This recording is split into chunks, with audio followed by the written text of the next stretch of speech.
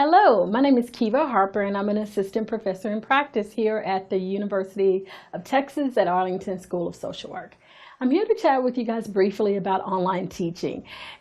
Specifically, I want to talk to you about 5 things to consider when teaching online.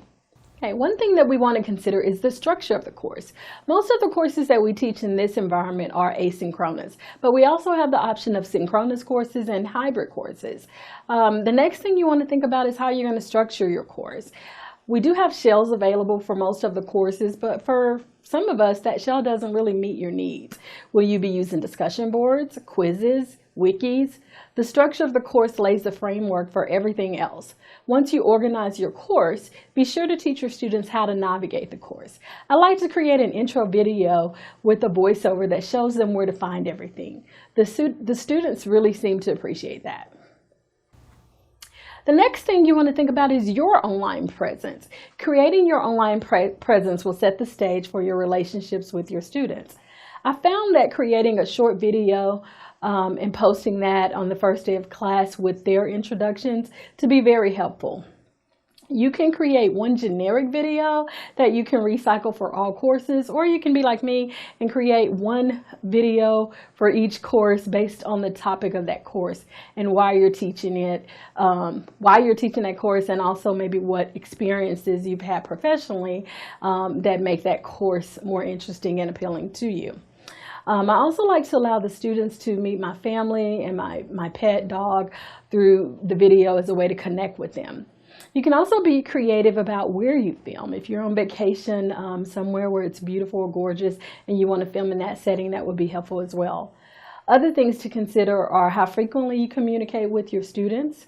I like to send an announcement at the start of each week with reminders for things that are due, maybe a virtual cup of coffee, a link to a current event related to our classroom, and sometimes just a picture of my dog, but something just to connect with them each week.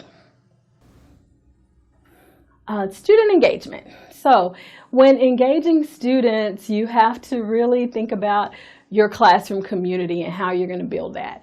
Building a classroom community is important in both online and face-to-face settings, although a little bit more challenging to do in an online environment.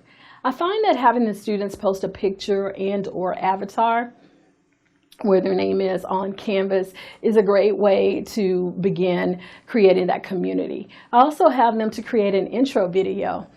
In that video, I ask them just the basic questions, their concentration, why they're taking the course, things like that. But I also invite them to introduce family members and pets or show us something.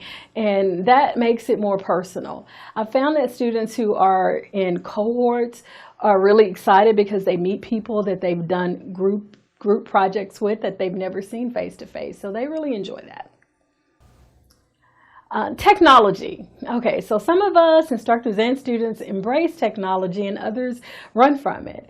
How do we appeal to all learners? I found that using technology like videos and video voiceovers, wikis, interactive quizzes, video conferences, things like that, all help to improve learning outcomes.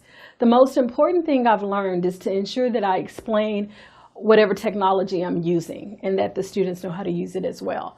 I also like to ensure that I'm not introducing too many new tools into one course. So a few tools that you can use. For video voiceovers, I like to use Screencast-O-Matic, and then Kaltura also does the same thing. It allows me to record my screen, and if I like, I can put my face in the corner and they can see me. I usually don't do that. I do that for my syllabus, for the course, and for directions for assignments. Students find that really helpful, and I can direct them to the video when they have questions.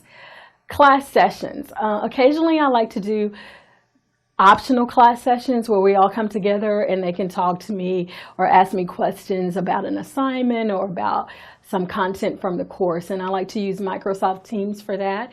It's free and the students can log in pretty easily, and it is quite user-friendly. I also like to use Zoom for that. So Zoom works as well, but there is a cost if you go over 45 minutes. Both are easy to connect via their phone or any other device. And then finally, with discussion boards, kind of have a love-hate relationship with those. I do like using discussion boards if it's created in a classroom community, but just the traditional, respond to this question and respond to two peers doesn't always work. So I like to use things like VoiceThread where they can record their response. I like to allow them to use videos if they choose to, and then Flipgrid gives them an opportunity to use video as well. So these are just a few tools that are fairly user-friendly and free that you can use to engage with your students. I hope this has been helpful, and I look forward to seeing you guys in some of our brown bag sessions in the future.